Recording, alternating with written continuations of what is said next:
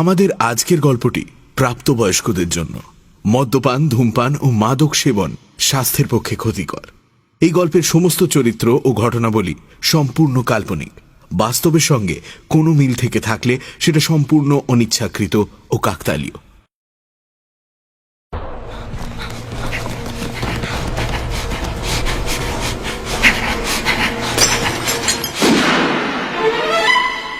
Sunday suspense, শুধুমাত্র মির্চিতে।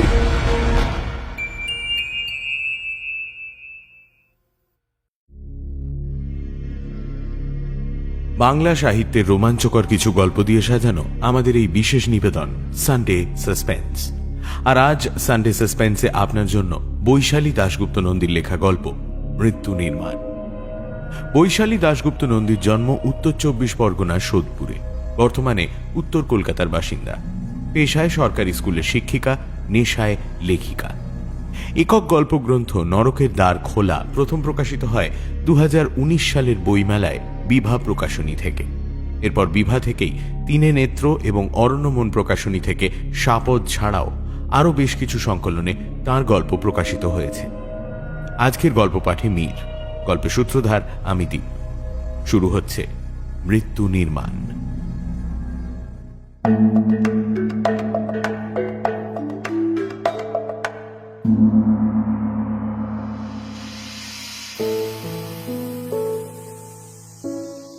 শেষ পর্যন্ত রেবেকার সঙ্গে আমার ব্রেকআপটা হয়েই গেল।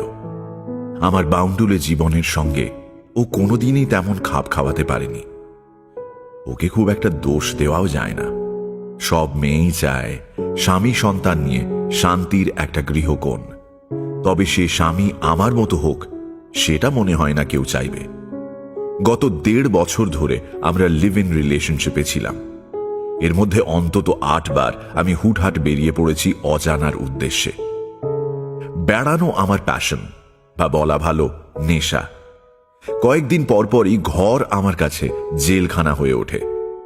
আমার ভেতরে একটা উত্তাল সমুদ্র যেন ফুঁসে ওঠে, যার কাছে সম্পর্ক, চাকরি, এমনকি নিজের জীবনও তুচ্ছ মনে হয়। একটা রাকস্যাক সব সময় প্রস্তুত করাই থাকে, যাতে যখন তখন বেরিয়ে পড়তে অসুবিধে না হয়। আর এই সব বেড়ানোর জন্য আমি একা যাওয়াই প্রেফার করি। 6 মাস আগে থেকে প্ল্যানিং করে বেড়াতে যাওয়া হয় না বলে সেখানে গিয়ে থাকা খাওয়ার কোনো ঠিক থাকে না। এসব কারণে ফ্যামিলি পার্সন হিসেবে আমি যে খুব সুবিধে নই সে কথা আগেই রেবেকাকে বলেছিলাম। তবে ওর মধ্যে বোধহয় একটা বিশ্বাস ছিল ও আমাকে বদলে দিতে পারবে।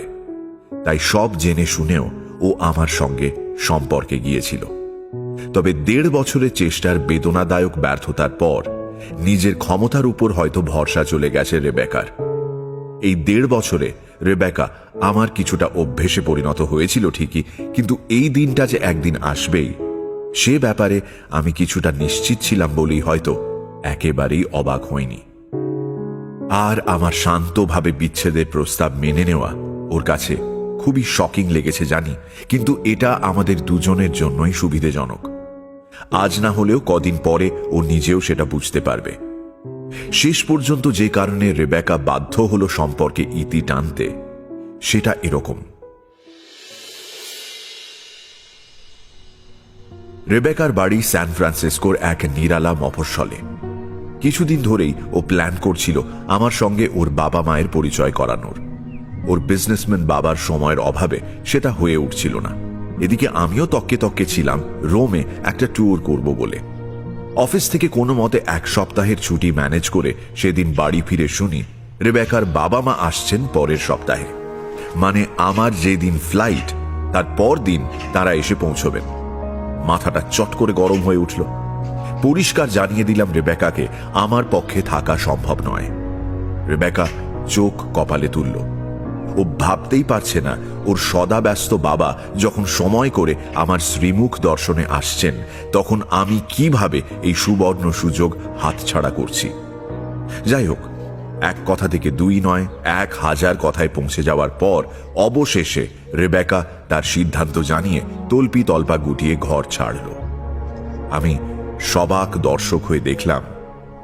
যখন দেখলাম রেবেকা সত্যি আর ফিরল না, তখন একটা দীর্ঘ নিঃশ্বাস ফেলে রোম ট্যুরের প্রস্তুতি শুরু করলাম। এবার আমার ট্যুর সম্পর্কে আপনাদের জানিয়ে রাখি। আর 5 জন লোক বেড়ানো জিনিসটাকে যেভাবে নেয়, আমার বেড়ানোটা তাদের চেয়ে বেশ আলাদা। যাওয়া আসার টিকিটটুকুই শুধু কাটা থাকে, বাকি কোথায় থাকবো, কি খাবো কিছুই ঠিক থাকে না। কারণ সাধারণ পর্যটন কেন্দ্রগুলো আমাকে টানে না। সারা বছর ধরে লেগে থাকা লোকজনের ভিড় প্রকৃতির নিজস্ব স্নিগ্ধ সৌন্দর্যকে উপভোগ করার পথে বাধা হয়ে দাঁড়ায়।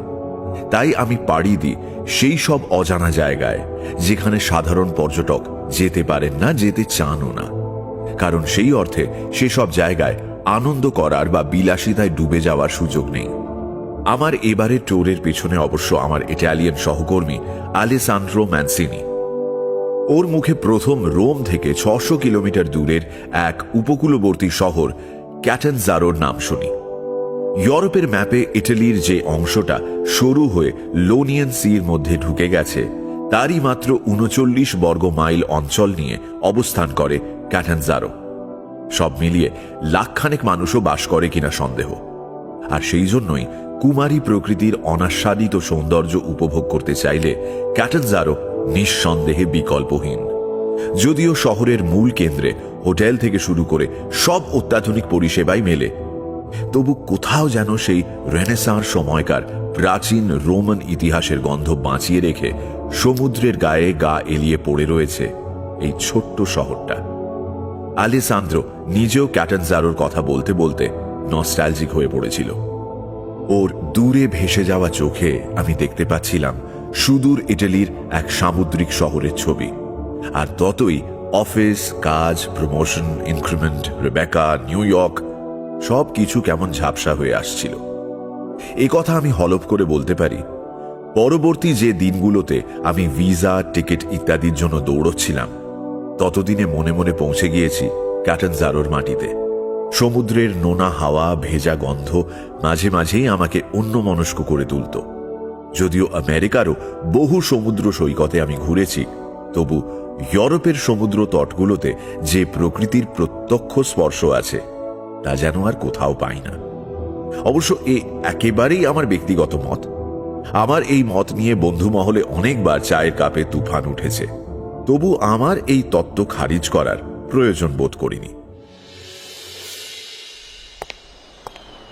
প্রায় 11 ঘন্টার দীর্ঘ যাত্রা শেষে যখন রোমের লিওনার্দো দা ভিঞ্চি এয়ারপোর্টে নামলাম, তখন স্থানীয় সময় সন্ধে 5:45। এয়ারপোর্টের নানাবিধ কাজকর্ম শেষ করে লাগেজ নিয়ে যখন বাইরে বেরোলাম, ততক্ষণে সূর্য অস্ত গেছে। যদিও ইউরোপিয়ান দেশগুলোতে সূর্যাস্তের পরও বেশ অনেকক্ষণ বাইরে আলো থাকে, কিন্তু এখানে দেখলাম এর মধ্যেই আলো মরে এসেছে। হয়তো নভেম্বর মাসের শুরু বলেই। বেরোবার গেটে গ্রিক দেবতার মতো সুদর্শন গ্রাউন্ড অ্যাটেন্ডেন্টের মুখে বেনভেনুতো নেল নস্ত্রো পেসে শুনে মনটা খুশিতে ভরে গেল। আলেসান্দ্রোর মুখে শুনে শুনে অল্প বিস্তর ইটালিয়ান ভাষা বলতে ও বুঝতে পারি, তাই বুঝলাম ছেলেটি আমাকে ওদের দেশে অভ্যর্থনা জানালো। আমিও গ্রাৎসিয়ে বলে ওকে ধন্যবাদ জানালাম। বাইরে এসে একটা ট্যাক্সি নিলাম। আজ রাতটা এয়ারপোর্ট এলাকা ফিউমিসিনোতেই কোনো হোটেলে থাকব। কাল সকাল সকাল বেরিয়ে পড়ব ক্যাটানজারোর উদ্দেশ্যে। আমার ট্যাক্সি ড্রাইভার লোকটি বেশ হাসি খুশি, মোটামুটি ইংরেজি বলতে ও বুঝতে পারে। মিনিট 10 মধ্যেই আমি জেনে গেলাম ওর নাম মার্কো। ওর বাড়ি মিলানে। বাড়িতে বৃদ্ধা মা, স্ত্রী ও 2 বছরের মেয়ে আছে। মার্কো এখানে একা থাকে, 3 মাসে একবার বাড়ি যায়। যদিও স্ত্রীর অভাব সে পূরণ করে নেয় এখানে, কিন্তু মেয়ের জন্য তার মন কাঁদে। মার্কোর কথা শুনতে বেশ ভালো লাগছিল। ওই আমাকে একটা মাঝারি গোছের হোটেলে ছেড়ে দিল। যাওয়ার আগে আমার পরদিনের গন্তব্য জেনে আমাকে বারবার অনুরোধ করতে লাগলো আমি যেন কাল সকালে ওর ট্যাক্সিতেই ক্যাটানজারো যাই। সকাল 8টার মধ্যে আমি ব্রেকফাস্ট করে ওর জন্য অপেক্ষা করব কথা দেওয়াতে মার্কো খুব খুশি হয়ে আমাকে ধন্যবাদ দিয়ে চলে গেল। আমি এত ক্লান্ত ছিলাম যে কোনো মতে সামান্য সাপার করে রাত 9টার মধ্যে বিছানায় চলে গেলাম। 15 মিনিটের মধ্যে ঘুমিয়ে পড়লাম। বাইরে তখন পুরোপুরি অন্ধকার নেমে এসেছে।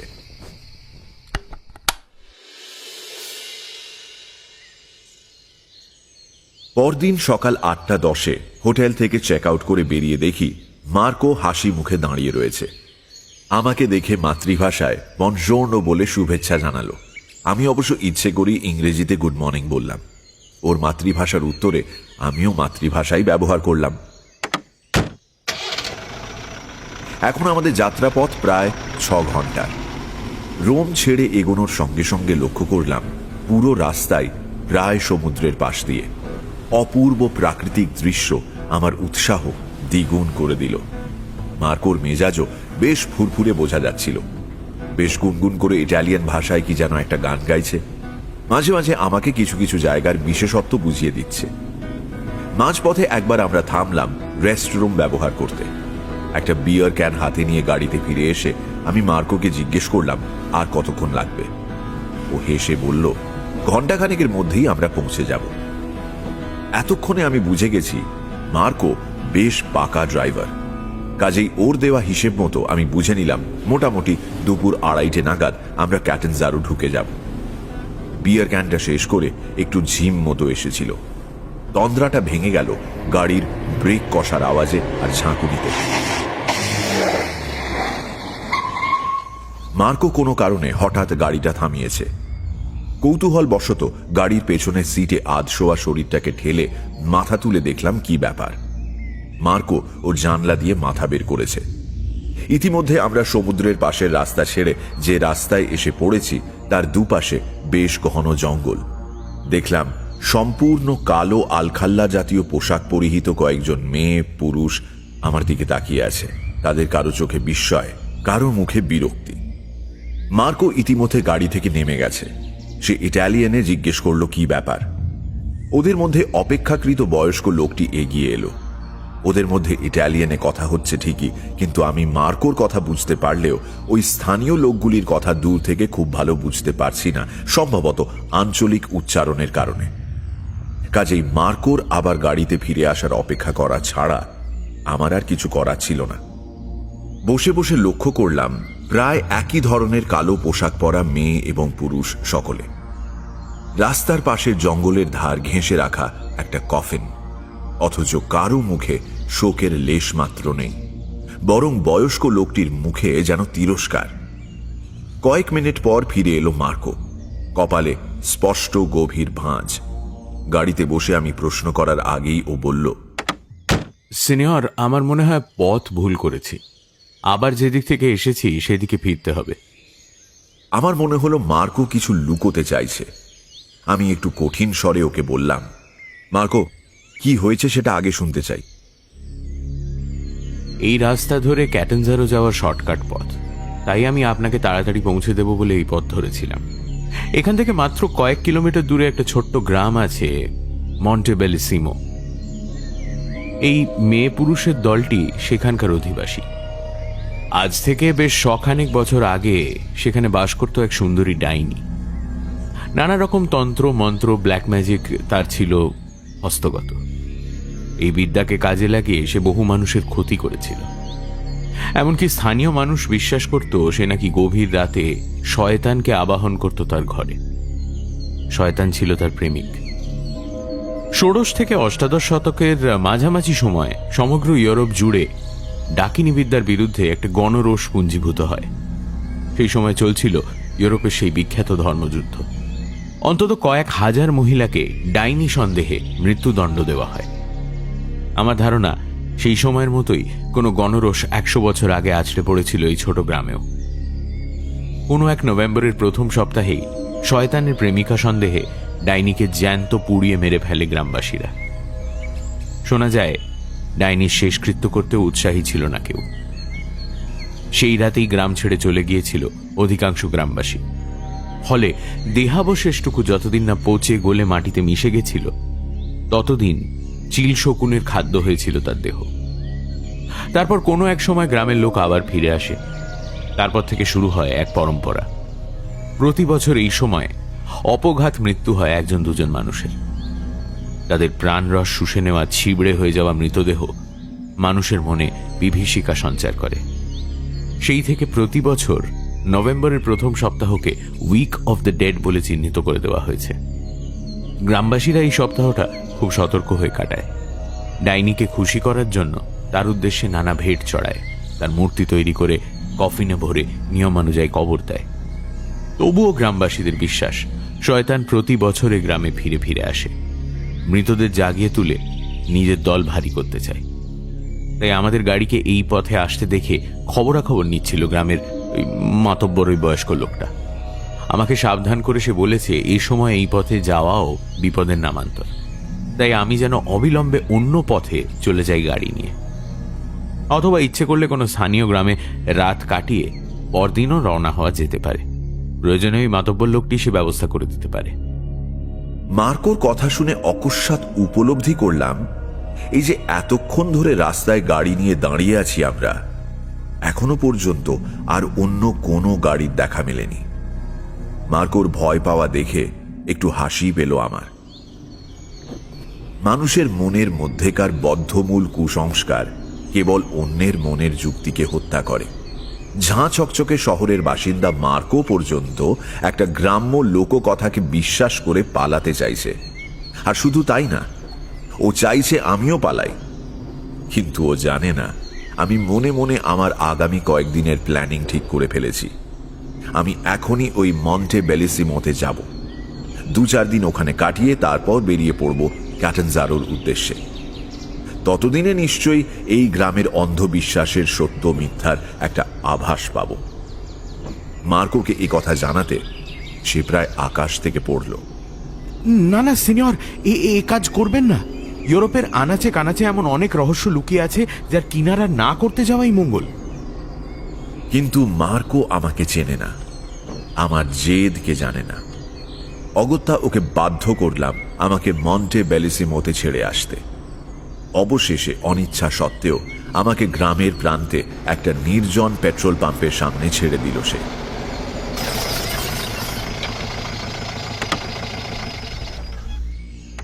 যাওয়ার সময় বারবার পিছনে ফিরে চাইছিল মার্কো।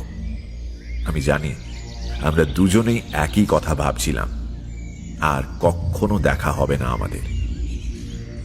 মার্কো ট্যাক্সি রাস্তার বাঁকে মিলিয়ে যাওয়ার পর প্রথমবারের জন্য একটু চিন্তা হলো আমার।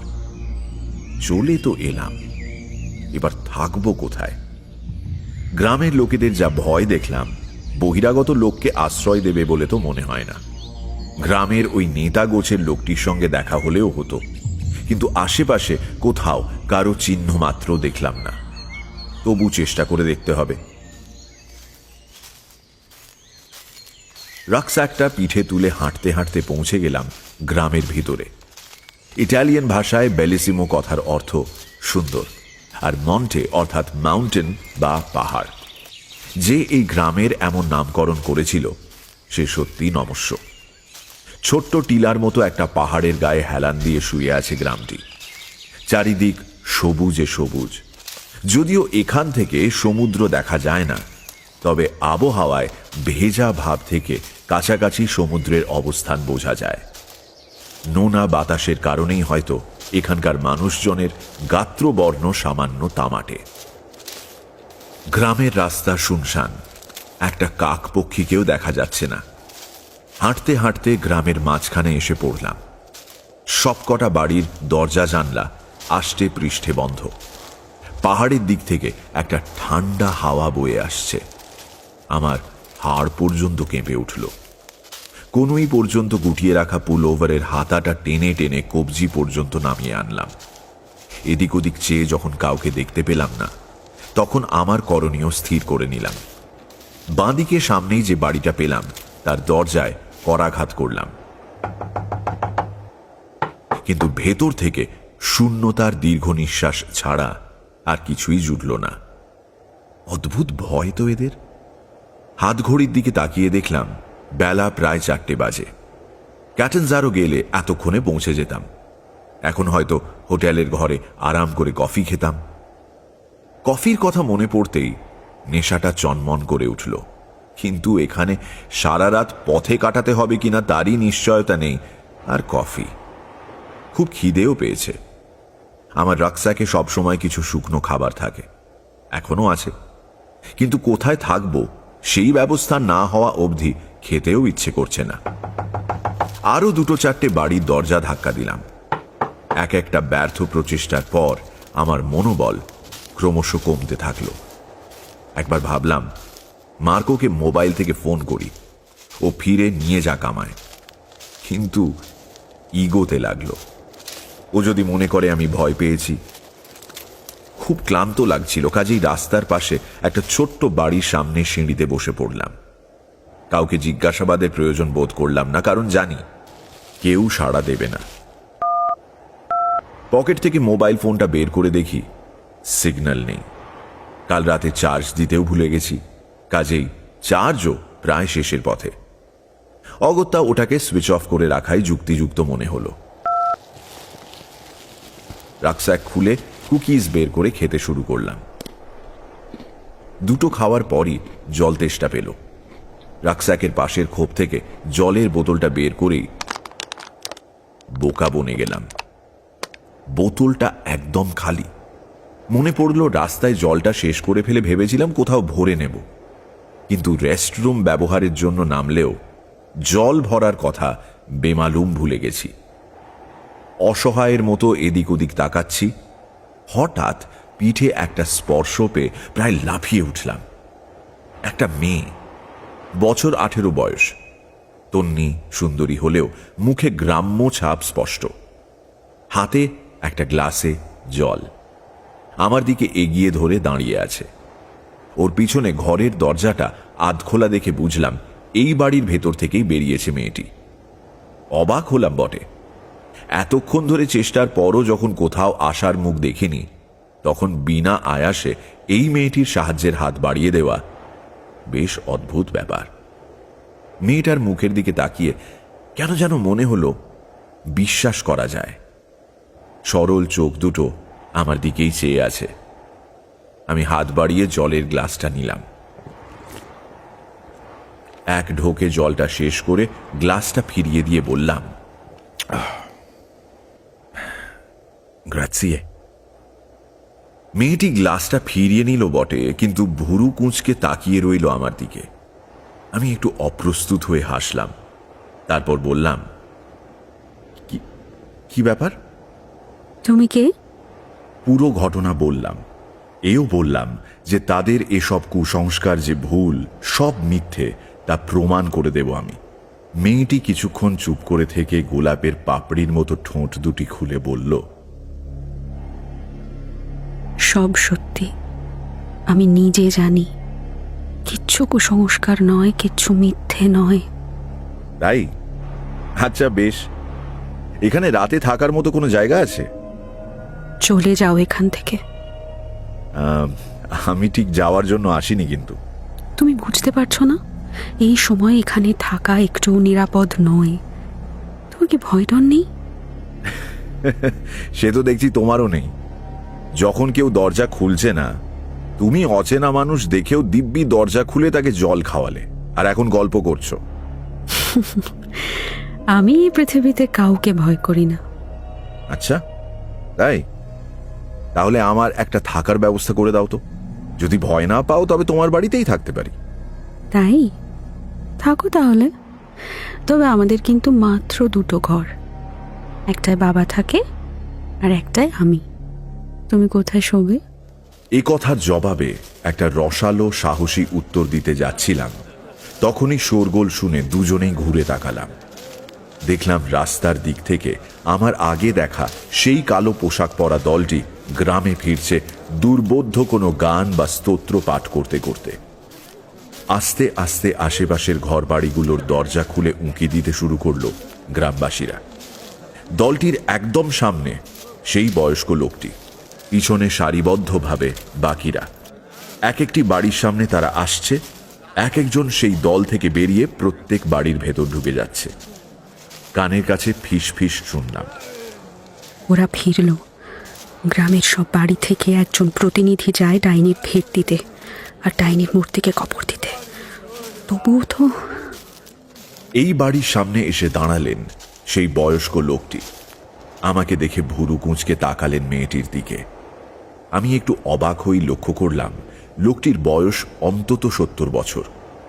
দলের সবাই নিজের নিজের বাড়িতে ঢুকে গেছে, একমাত্র উনি ছাড়া।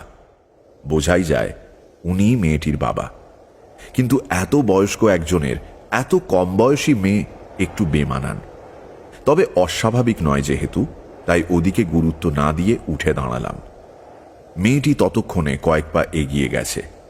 বাবার হাত ধরে সিঁড়ি দিয়ে উঠতে সাহায্য করতে করতে জানালো, উনি অতিথি, উনি ক্যাটেনজারও যাচ্ছিলেন, রাস্তায় ওর গাড়ি খারাপ হয়ে গেছে, তাই ট্যাক্সি ড্রাইভার ওকে এখানে নামিয়ে দিয়েছে। অন্ধকার হয়ে আসছে, তাই আশ্রয়ের খোঁজে এখানে এসেছেন। মেয়েটির উপস্থিত বুদ্ধি আমাকে চমৎকৃত করলেও আমি বুঝতে চাইছিলাম লোকটি আমাকে গাড়ির মধ্যে লক্ষ্য করেছেন কিনা। কিন্তু তিনি সেরকম কিছু বললেন না বলে আশ্বস্ত হলাম। মেয়ের সাহায্যে ঘরের সামনের ব্যালকনিতে উঠে সামান্য হাঁপাতে হাঁপাতে বললেন, খুব অসময়ে আপনি এসে পড়েছেন আমাদের গ্রামে। সময়টা ভালো না।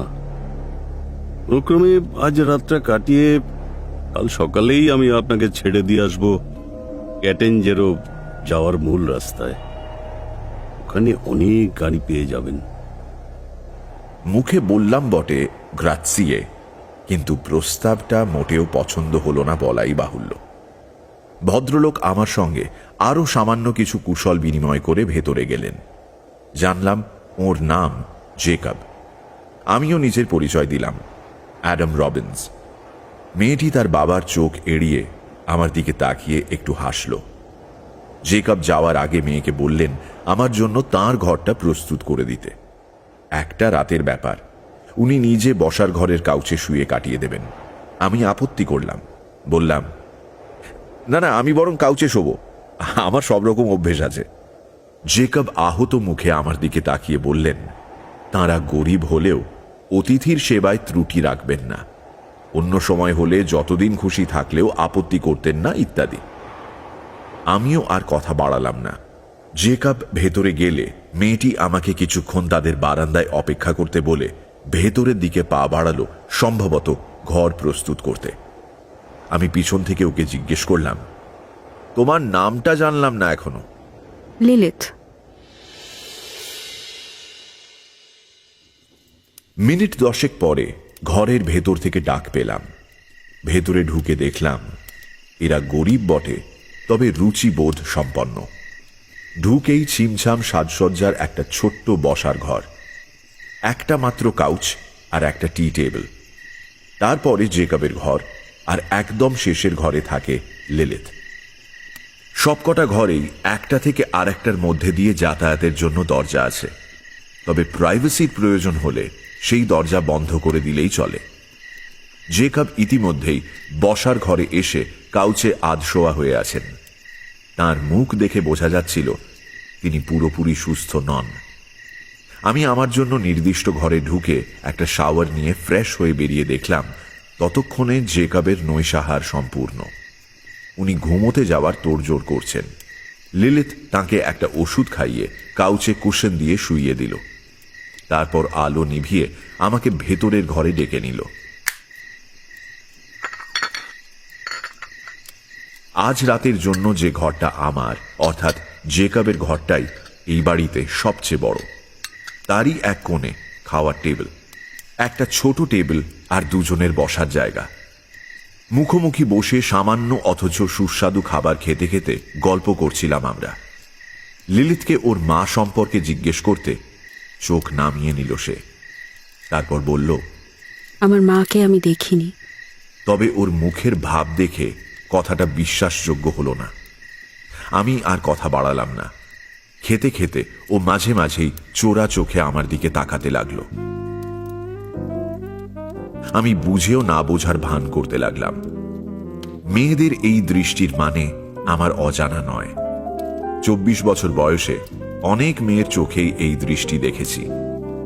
জানি না কেন মনে হচ্ছিল আজকের রাতটা আমার জীবনে একটা অন্য অর্থ বয়ে আনবে। খাওয়া শেষ করে আমি গুড নাইট জানিয়ে যখন নিজের ঘরে ফিরলাম, তখন রাত প্রায় 11টা। পালকের বিছানায় শুয়েও ঘুম আসতে চাইছিল না। এপাশ ওপাশ করতে করতে কখন ঘুমিয়ে পড়েছি খেয়াল নেই। ঘুম যখন ভাঙল, বেডসাইড টেবিলে রাখা ঘড়িতে রাত 3টে। কেন ঘুম ভাঙল চিন্তা করতে করতে একটা শব্দ কানে এলো। গোঙানির মতো একটা কাতর শব্দ আমাকে এক ধাক্কায় সজাগ করে দিল।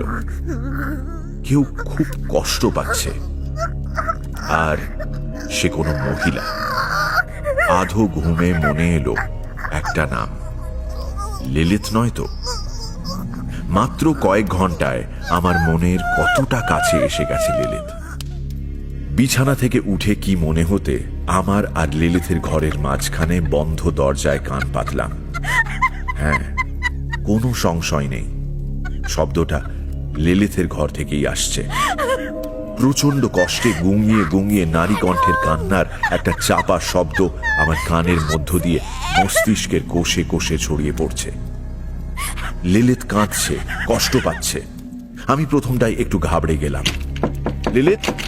তারপর দরজার নব ঘুরিয়ে খোলার চেষ্টা করলাম আর ডাকতে থাকলাম, লিলিত, লিলিত, দরজা খোলো। কি হয়েছে তোমার? লিলিত, কি কষ্ট হচ্ছে বলো? লিলিত, প্লিজ দরজা খোলো। লিলিত! জানি না কতক্ষণ দরজা ধাকিয়েছিলাম। সম্বিত ফিরল যখন দেখলাম হঠাৎ খুলে গেছে এতক্ষণ আষ্টে পৃষ্ঠে বন্ধ থাকা দরজাটা।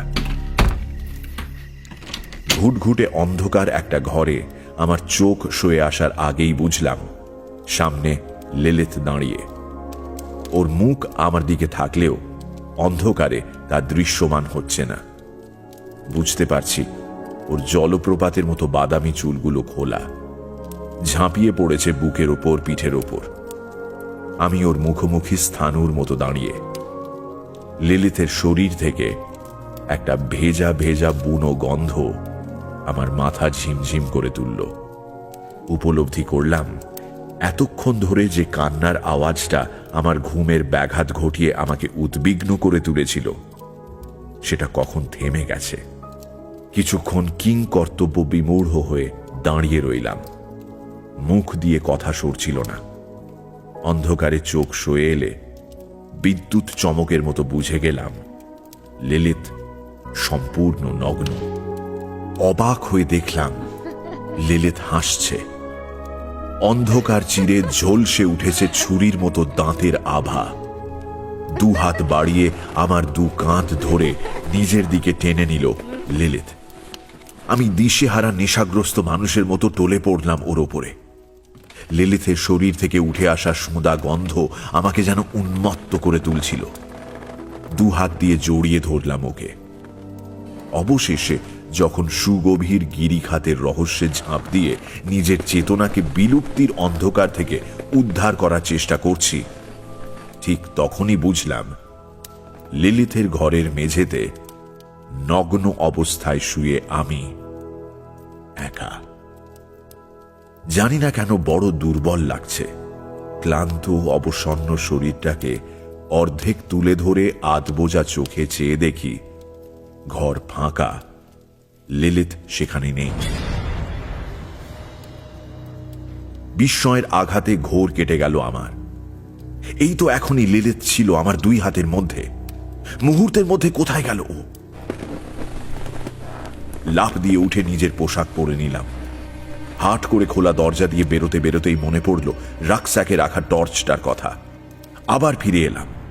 আমার ঘরে ঢুকে ব্যাগ হাতড়ে হাতড়ে টর্চটা খুঁজতে খুঁজতেই কেমন একটা বিজাতীয় অনুভূতি গ্রাস করলো আমাকে।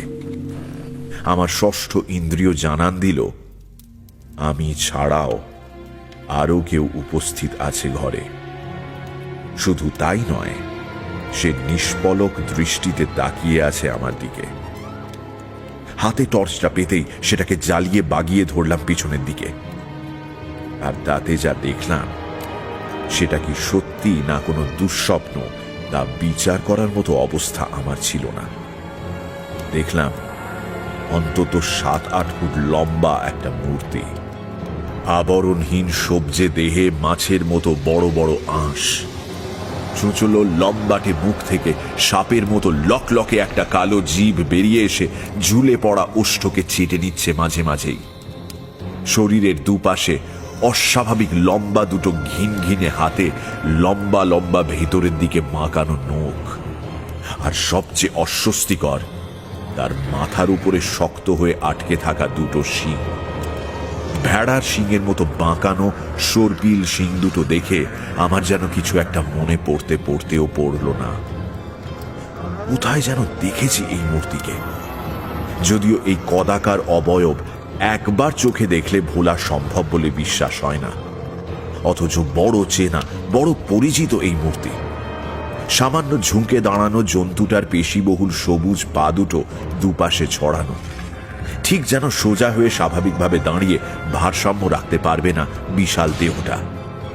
পায়ের বেঁকে থাকা আঙুল আর ঈগলের মতো ধারালো নখ দিয়ে মেঝে আঁকড়ে দাঁড়িয়ে আছে সে।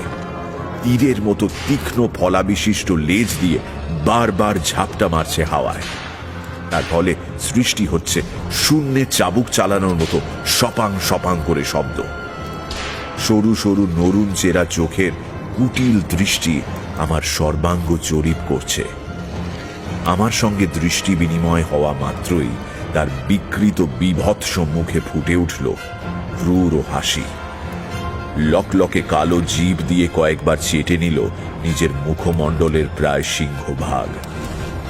ওই হাসি আর ওই চাহনির সামনে আমি কেমন যেন অসাড় হয়ে গেলাম, কিন্তু পরক্ষণেই সামলে নিয়ে ছুটে গেলাম জেকাব যেখানে শুয়ে আছে সেই ঘরের দিকে। গলা থেকে বেরিয়ে আসা ঘর ঘরে আওয়াজটাকে নিজের বলে চিনতে পারলাম না নিজেই। জেকাব, জেকাব, ঘুম থেকে ওঠো, please please help me, Jakob, Jakob. আমার ডাকে উঠে বসলো জেকাব। ওর চোখে বিস্ময়, আচমকা ঘুম থেকে জেগে ওঠার চমক। আমি খুব তাড়াতাড়ি ওকে বোঝাতে লাগলাম একটু আগে আমি কি দেখেছি। সেই মূর্তিমান বিভীষিকার কথা, যার দিকে বেশিক্ষণ তাকিয়ে থাকলে মানুষের বাহ্য জ্ঞান লুপ্ত হতে বাধ্য। জেকাবকে সব বলতে বলতে বারবার শিউরে উঠছিল আমার গোটা দেহ, আর দেখছিলাম আস্তে আস্তে কেমন পাল্টে যাচ্ছিল জেকাবের মুখের ভাব। সেটা হওয়াই স্বাভাবিক, কিন্তু যেটা স্বাভাবিক লাগলো না সেটা হলো ভয় বা বিস্ময়ের পরিবর্তে জেকাবের মুখে ফুটে উঠল উচ্ছ্বাস। যেন ওই বিভীষিকার উপস্থিতি কাম্য ছিল।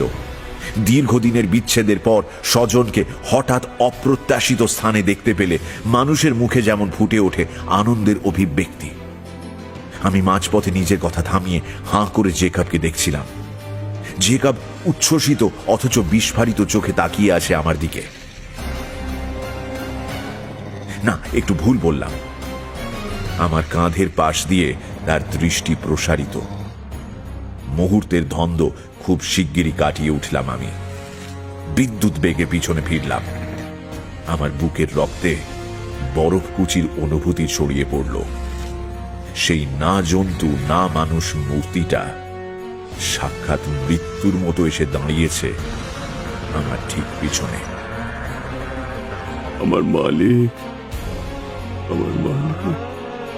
কে মালিক? ওই জন্তুটা? কার মালিক? তোমার?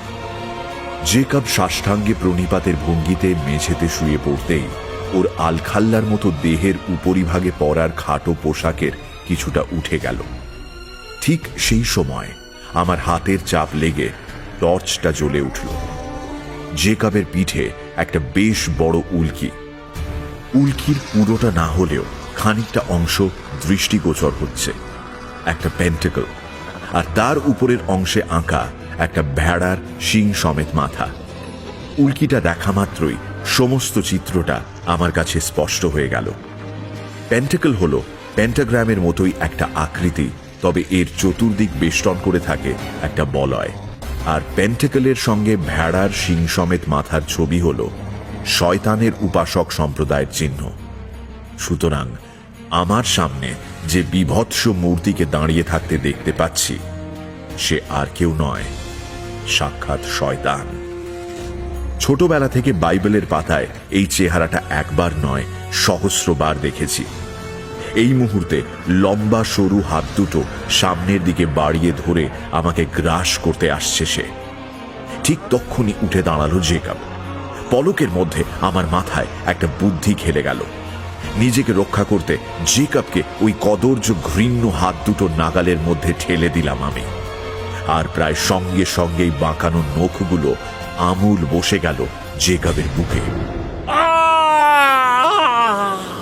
জেকাবের তীব্র চিৎকারে আমার কানে তালা ধরে গেল যেন।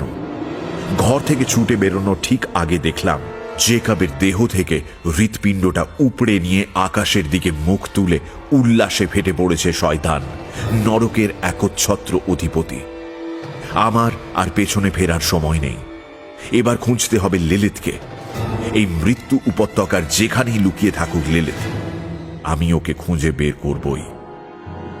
বেরিয়ে দেখলাম বাইরের অন্ধকার সামান্য কেটেছে, আর কিছুক্ষণের মধ্যেই ভোর হবে। সমস্ত কালিমা মুছে দিয়ে আবির্ভূত হবে নতুন দিন। কিন্তু তার জন্য অপেক্ষা করে থাকলে হবে না। লিলিথকে আমার চাই। এই রহস্যের সমাধান যে একমাত্র লিলিথ করতে পারে। যে গ্রাম ডাইনিকে পুড়িয়ে মেরেছিল অশুভকে বিনাশ করার জন্য, সেই গ্রামে বাস করে জেকাব কিভাবে হয়ে উঠল শয়তানের উপাসক। আর লিলিথ, সেও কি জানতো জেকাবের এই গোপন আরাধনার কথা? যদি জানতো, তবে সে প্রতিবাদ করেনি কেন? গ্রামের সব বাড়ির দরজা বন্ধ, কেউ এখনো ঘুম থেকে ওঠেনি। আমি বাড়ির বারান্দা থেকে রাস্তায় নেমেই লিলিথের নাম ধরে ডাকতে ডাকতে ছুটতে লাগলাম গ্রাম্য পথ ধরে। হয়তো লিলিথের সাহায্যের প্রয়োজন। কিছু দূর গিয়ে গ্রামের মূল রাস্তা চলে গেছে জঙ্গলের ভেতর। সেখানে যাওয়া বুদ্ধিমানের কাজ হবে কিনা এই কথা একবার মাথায় এলেও খুব বেশিক্ষণ মনের মধ্যে জায়গা দিলাম না চিন্তাটাকে।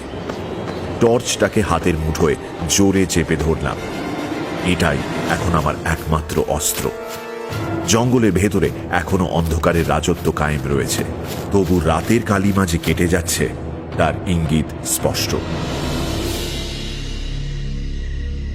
হঠাৎ একটা দৃশ্য দেখে থমকে গেলাম। বেশ কিছুটা জায়গা বৃক্ষহীন, যেন জঙ্গলের কয়েকশো বর্গফুট জায়গা বিশেষ উদ্দেশ্যে পরিষ্কার করে ফেলা হয়েছে।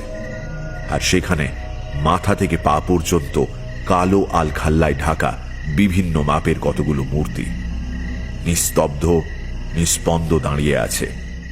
সবার মাথা একই ভঙ্গিতে বুকের ওপর ঝুঁকে রয়েছে, দুটো হাত পিছনে জড়ো করা। প্রথমে পাথরের মূর্তি ভেবে ভুল করেছিলাম। একদম সামনে নেতার ভঙ্গিতে দাঁড়িয়ে থাকা মূর্তিটা নড়ে উঠতেই ভুল ভাঙল। মুখ তুলে সরাসরি তাকালো সে আমার দিকে।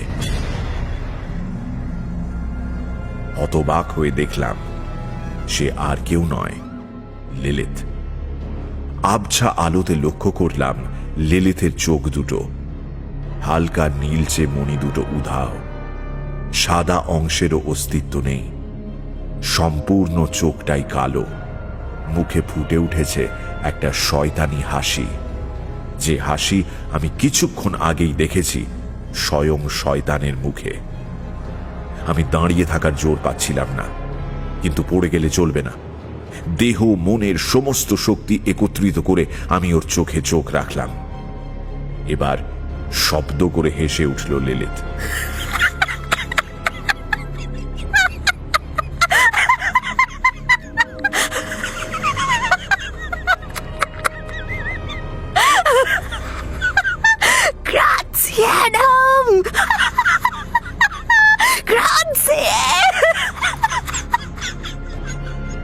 সবে ভাবছি লিলিথ আমাকে ধন্যবাদ জানাচ্ছে কেন, ঠিক তক্ষুনি পেছনের সব মূর্তিগুলো সমস্বরে বলে উঠল।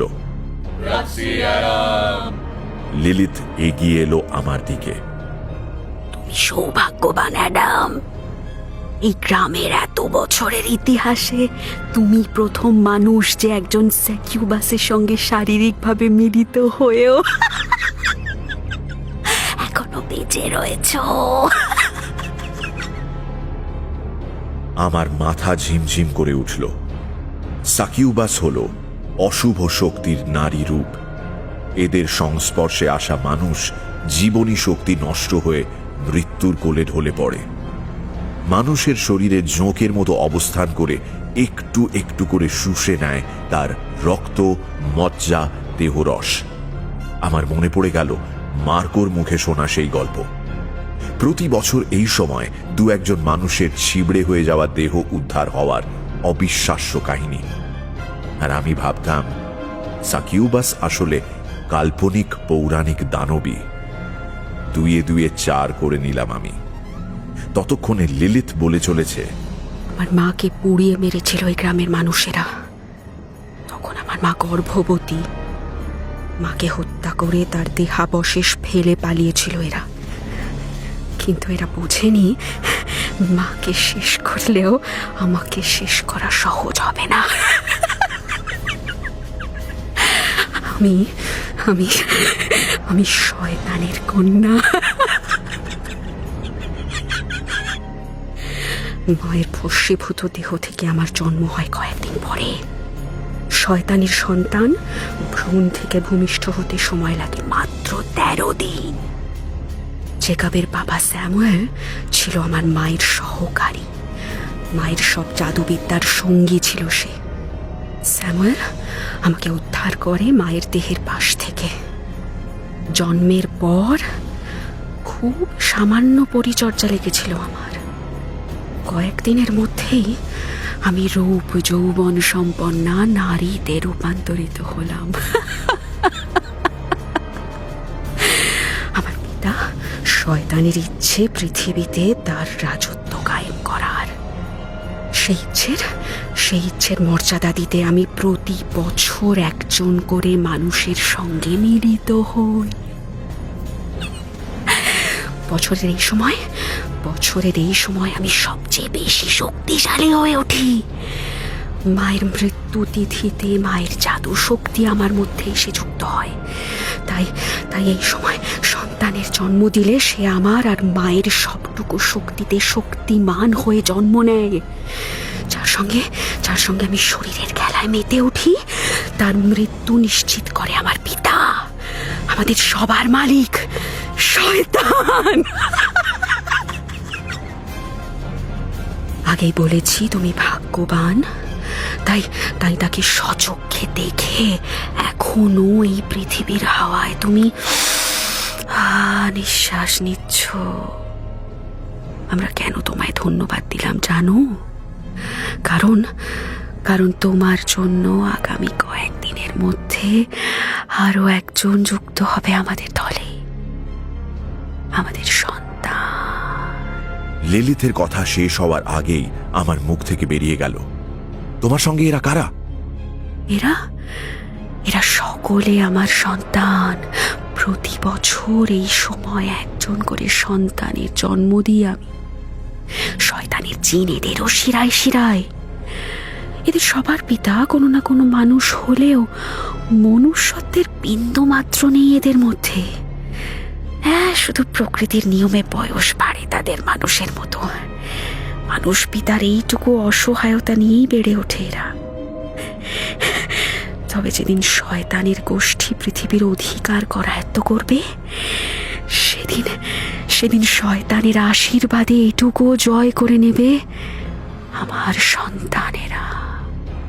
কিন্তু তুমি বলেছিলে জেকাব তোমার বাবা। আমি কিছু বুঝতে পারছি না, সব গুলিয়ে যাচ্ছে।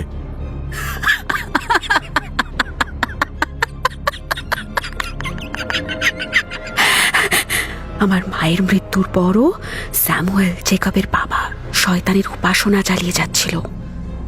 স্বয়ং শয়তানের কন্যাকে পেয়ে সে সর্বশক্তিমান হওয়ার স্বপ্ন দেখেছিল। প্রত্যেক নভেম্বরের এই সপ্তাহে আমার জন্য মানুষ জোগাড় করে দিত সে। তারপর সেই মানুষটিকে আমার পিতার কাছে উৎসর্গ করত স্যামুয়েল। আর আমি তার পরবর্তী কিছুদিনের মধ্যে সন্তানের জন্ম দিয়ে আমাদের গোষ্ঠীর লোক সংখ্যা বৃদ্ধি করতাম। গ্রামবাসীদের অলক্ষ্যেই গড়ে উঠেছিল শয়তানের স্বপ্নের সাম্রাজ্য। এরপরে কোনো এক নভেম্বরে স্যামুয়েল মানুষ জোগাড় করতে অসমর্থ হয়, কিন্তু আমি আমার পিতার কাছে দায়বদ্ধ। কাজেই কাউকে না পেয়ে স্যামুয়েলকেই প্রস্তাব দিয়ে আমার সঙ্গে মিলিত হওয়ার। স্যামুয়েলের পরিণতি জানত, সে রাজি হয়নি। কাজেই আমার জাদু শক্তি কাজে লাগিয়ে তাকে অচেতন করে কার্যসিদ্ধি করে আমি। সেদিন শয়তানের শিকার হয় সে। স্যামুয়েলের সন্তান পরবর্তী 13 দিনের মধ্যে জন্ম নেয়। সেই জেকাব আমার বাবা নয়, সে আমার সন্তান। এই মুহূর্তে গ্রামের সবচেয়ে বয়স্ক লোক জেকাব, অবশ্য অবশ্য আমাকে বাদ দিলে। গ্রামের লোকেরা তো আর এসব জানে না, তারা জেকাবকে নিজেদের মাতব্বর বানিয়েছে। ও যা বলে তাই করে। ডাইনিকে খুশি রাখার পদ্ধতিগুলো জেকাবের উর্বর মস্তিষ্কের ফসল। ডাইনি তো নয়, খুশি হয় গ্রামবাসীরা। তোমাকে বিশ্বাস করাতেও আমাকে সামান্য মিথ্যের আশ্রয় নিতে হয়েছিল। আমি যদি বলতাম আমার বয়স 100 বছর, তাহলে কি তুমি বিশ্বাস করতে? আর দেখো অ্যাডাম, তুমি আমাকে দোষ দিতে পারো না। আমি তোমাকে সতর্ক করেছিলাম।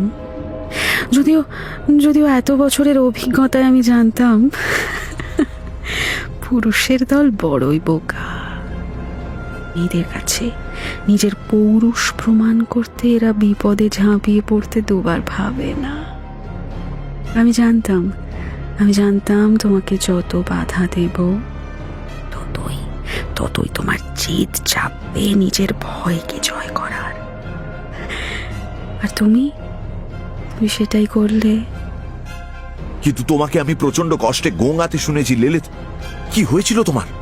লিলিথ পিছন ফিরে একবার তাকালো তার অন্তত 60-70 জন সন্তানের দিকে।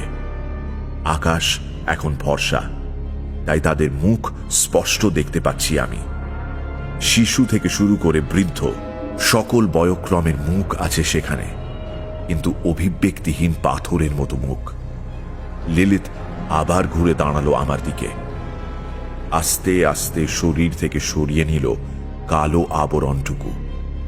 তারপর নগ্ন লিলিথ আমার দিকে পিছন ফিরে দাঁড়ালো। কি অসহনীয় গায়ের রোম খাড়া করে দেওয়া দৃশ্য! লিলিথের পেলব কোমল পিঠের ঠিক মধ্যিখান ফুঁড়ে বেরিয়ে এসেছে অক্টোপাসের মতো কয়েকখানা কুচকুচে কালো পিচ্ছিল সুর। সেগুলি সাপের মতো নিজে নিজেই কিলবিল করে নড়ে চলেছে। বললাম বটে সাপের মতো, কিন্তু অতিকায় জোঁকের সঙ্গেই ওগুলোর মিল বেশি। আমার গলা চিরে বেরিয়ে আসা চিৎকারটাকে সংযত করার মতো শক্তি আর অবশিষ্ট ছিল না। লিলিথ হাসছে আমাকে দেখে, ওর গলা কানে আসছে। এগুলো যখন শরীর ফুঁড়ে বের হয় না, তখন খুব কষ্ট হয়। কিন্তু সাকিউবাসের চোষক না থাকলে সে কিভাবে তার শিকারের দেহ রস শোষণ করে নিজেকে বাঁচিয়ে রাখবে বলো? তুমি যতক্ষণ আমাকে জড়িয়েছিলে ততক্ষণ এগুলোও তোমাকে জড়িয়ে রেখেছিল। আমি খুব দুঃখিত। তোমার নিশ্চয়ই এখন খুব খুব দুর্বল লাগছে। চিন্তা করো না অ্যাডাম, খুব তাড়াতাড়ি তোমার আর কোনো কষ্ট থাকবে না। পড়েই যাচ্ছিলাম, কিন্তু পিছন থেকে একজোড়া বলিষ্ঠ হাত আমাকে ধরে ফেলেছে। প্রথমটায় আশ্বস্ত হলেও স্পর্শে টের পেলাম হাতগুলো বন্ধুত্বের নয়। সেই হাতের মুষ্টি ক্রমশ চেপে বসছে আমার শরীরে। ধারালো শক্ত নখগুলো আমার চামড়া মাংস ভেদ করে ঢুকে যাচ্ছে গভীর থেকে গভীরতর উদ্দেশ্যে।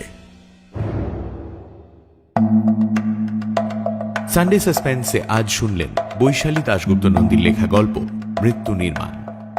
অ্যাডাম রবিন্সের চরিত্রে মীর, জেকবের চরিত্রে বাসুদেব কর্মকার, গ্রামবাসীর চরিত্রে দীপশিখা ঘোষ, মনশ্রী বন্দ্যোপাধ্যায় এবং দীপাঞ্জন ভট্টাচার্য, লিলিথের চরিত্রে এবং শব্দগ্রহণ গোধূলি, মার্কোর চরিত্রে গল্পের সূত্রধার এবং পর্ব পরিচালনায় আমি দীপ, ধ্বনি পরিকল্পনা সৌম্য এবং Shubho, poster design join the dots.